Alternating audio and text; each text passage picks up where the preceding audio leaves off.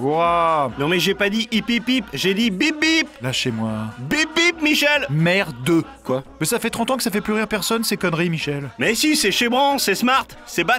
Non, c'est navrant, c'est ringard et c'est triste. N'importe nawak. Oh putain.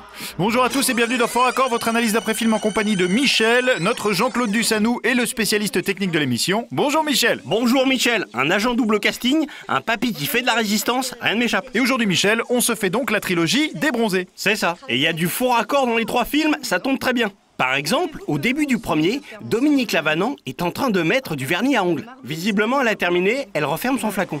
C'est quoi vos prénoms? Michel et Michel. Et comme vous pouvez le voir, elle range son vernis dans une petite pochette à maquillage. Mais sur le plan suivant, faux raccord sur le vernis. Ah ouais. Mais peut-être qu'elle passe une seconde couche. Peu importe, ça reste un faux raccord. Je vous rappelle que le flacon était rangé dans la pochette. Ouais. Et c'est quoi vos prénoms? Michel et Michel. Bref, la voilà qui re-range son vernis. Il y a comme un petit problème de continuité. Ah oui, là, c'est clair. Parce que moi c'est Jean-Claude mon prénom, ouais. Ouais, bah Jean-Claude, question gaffe, il se pose là lui aussi. Ah, les bronzés font du ski. Ils font du ski et des faux raccords. Regardez les gants de notre ami, ils sont bleus. Non, ils sont noirs. Oui, mais il y a du bleu dessus. Je refais lecture. Et voilà, ces gants sont devenus blancs. Noirs et blancs. Enfin bon, c'est pas les mêmes gants, quoi. Oui, ça, on est d'accord. Mais c'est pas là qu'il va rester bloqué? Si. Vous pouvez pas passer le moment où il chante, là? J'adore cette scène. Plutôt à la fin de l'émission, Michel. Rassurez-vous, je vais vous montrer une scène tout aussi culte. Ça va vous rappeler des souvenirs. Ah, j'espère que ça va pas durer longtemps, je vais être en retard moi. 7 minutes, pas plus. Ah, la scène de la liqueur chez les montagnards. Exactement. Merci, hein. Là, les malheureux s'apprêtent à boire. Puis bonne chance surtout. Alors regardez bien Bruno Moineau, il boit son verre cul sec. Bah, ils boivent tous leur verre cul sec. Oui, en même temps on s'en fout, puisque c'est Bruno Moineau qui m'intéresse. Ah, pardon. Regardez, en arrière-plan, vous remarquerez qu'il continue de siroter son petit godet de liqueur de crapaud. Alors qu'il est censé l'avoir vidé. Bien joué, Michel. Merci. À part que c'est de la liqueur d'échalote avec un crapaud dedans, mais c'est pas grave. Ah ok, autant pour moi. En tout cas, Bruno Moineau continue de picoler. Mais arrivé à la fin, Assez goûtu, hein. Ça a du retour. son verre est rempli à ras-bord. Un vrai miracle. Et surtout un vrai fort accord. Maintenant, jetons un œil au bronzé 3.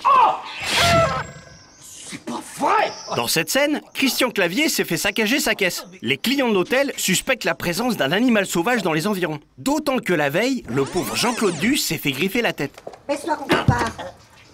Venez voir. Bah oui, c'est exactement les mêmes. Je reviens en arrière, vu les empreintes qu'il laisse partout, pas besoin d'être très malin pour en déduire que l'animal possède 3 griffes. Sauf que, à la fin du film... Attention spoiler, Michel. Ah oui, si vous n'avez pas vu le film, c'est peut-être le moment d'aller faire un tour au cabinet. Ok, Michel, vous pouvez reprendre. Donc, à la fin du film, on s'aperçoit que c'est Dominique Lavanant qui se cache derrière ses griffes. Il y avait donc pas d'animal sauvage. Non mais c'est surtout que sa patte d'ours a 4 griffes. Alors comment se fait-il qu'elle n'ait laissé que des traces à 3 griffes? Ah oui, d'accord. Je t'ai bien eu, pauvre cul. Bah non, c'est moi qui t'ai eu, réfléchis. En tout cas, c'est bien vu, Michel. Merci. Je reviens sur les bronzés 1 pour vous montrer 2 classiques de l'humour. Le hip hip hip.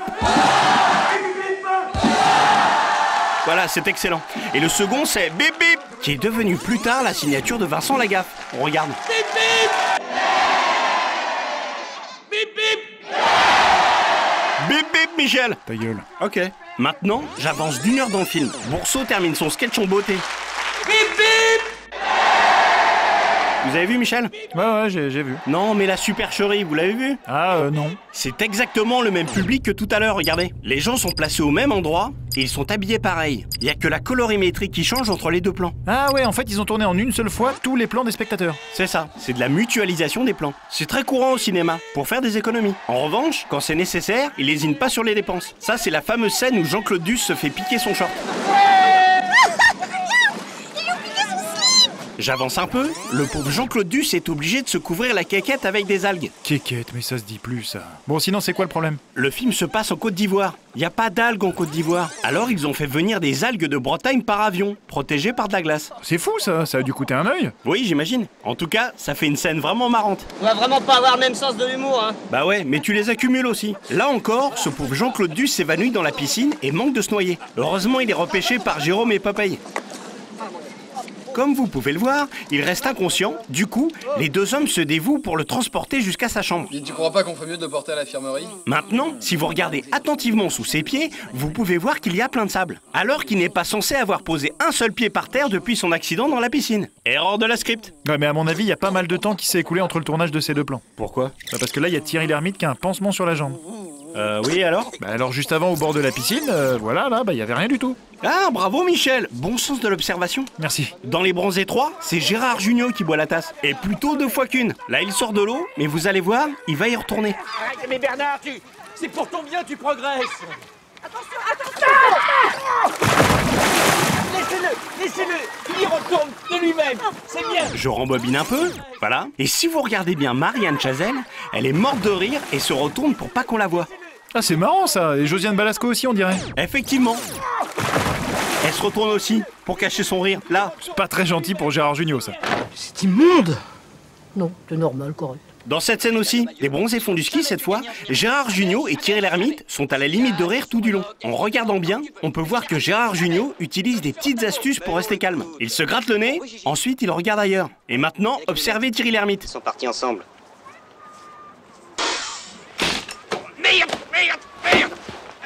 Ah ouais, il est limite hein. Mais ce qui m'intéresse le plus, c'est les skis de Christian Clavier. Regardez, c'est des skis Fischer, modèle Racing Cut. Effectivement. Mais quand il rentre chez lui, j'avance un peu, il a maintenant des skis Cut 70. C'est pas mal ça Michel. Allez, l'émission avance là, montrez-nous du vraiment lourd. Ok. Alors vous vous en souvenez, dans la trilogie des bronzés, Christian Clavier est médecin. Mais enfin dans le dernier, plus vraiment. Peu importe. Là, il fait la queue et reçoit une alerte sur son beeper. Oh merde. Une urgence. Pas le choix, il faut qu'il parte en intervention. Voilà. Donc Clavier débarque à la clinique. J'avance un tout petit peu, tac. Bon, qu'est-ce que c'est que cette urgence, mademoiselle? Eh bien, c'est les Guilins, c'est un peu spécial. Ok, y a rien qui vous choque? Bah, je sais pas, non. La secrétaire de la clinique. Vous avez pas un peu l'impression que c'est la même fille que celle qui était derrière eux dans le couloir? Ah ouais. Bah, j'avoue que j'avais pas pensé à regarder derrière eux tout à l'heure, mais elle lui ressemble, c'est clair. Hein. C'est normal puisque c'est la même nana. Bah vous pouvez pas non plus le certifier. Si, je certifie. Avec quelle preuve? J'en sais rien, je certifie qu'elle a la même tête, que c'est la même fille, point final. Ok, mais bon, c'est quand même discutable. Bon, ça vous pourrez pas dire que c'est discutable. Au début du film, Jean-Claude Duss débarque à Saint-Lazare avec ses skis. Forcément, les gens qui apparaissent ne sont pas tous des figurants payés. Il y en a pas mal qui doivent se demander ce que c'est que ce bouffon en combinaison de ski. Et ben justement, il y a un petit attroupement qui se forme juste ici pour regarder le tournage. Du coup, il y a un mec de l'équipe qui leur fait signe de circuler. Message bien reçu par ce monsieur, qui hésite quand même. Le mec leur indique de se manier le train, lui et sa femme. Ok, c'est bon, ils ont capté. Ils sont en mouvement, on est sauvés. Sauf que si je rembobine, voilà, il y a un petit vieux qui est complètement hypnotisé par le tournage. Et ce, jusqu'à la fin du plan. Écoutez, je suis pas fou. Il y a rien à faire, il est kéblo le papy. Bah il en profite, c'est pas tous les jours qu'on peut voir Jean-Claude Duss en chair et en os quand même, et puis en combinaison. Ça c'est clair. Et il y a un autre mec à la fin du film qui m'a fait rire. Regardez, il est là. Il marche, tranquille. Et là, doit y avoir un membre de l'équipe qui lui fait signe. Il percute, et tac, il se camoufle. Ah ouais, c'est drôle ça. Il est plutôt sympa le gars quand même. Il attend bien sagement derrière sa poutre que la prise soit coupée. Bien vu Michel. Moi j'ai presque terminé, je vous en montre une dernière. Ça veut dire que éventuellement, si vous étiez au bout du rouleau, on pourrait envisager de conclure. C'est ça Jean-Claude. Dans le générique de fin des Bronzés font du ski, on voit des plans qui ne sont pas toujours dans le film. Comme ce plan de Josiane Balasco. Dans ses lunettes, qu'est-ce qu'on voit? La caméra, un projecteur et l'équipe du film. Bah c'est peut-être volontaire là. Je pense pas. Bon en tout cas moi ma préférée ça reste celle du petit vieux. En tout cas moi j'ai fini pour aujourd'hui. Arrivederci. Arrivederci Jean-Claude Duss. Sacré Jean-Claude. Oh, c'est pas humain, les salauds, ils m'ont épuisé. Bah merci Michel, c'est la fin de cette émission. On se retrouve très bientôt pour un prochain Fort Accord. Et j'aurai du lourd, du très très lourd. Comme promis Michel. Quand te reverrai-je, pays merveilleux, Où ceux qui s'aiment vivent à deux.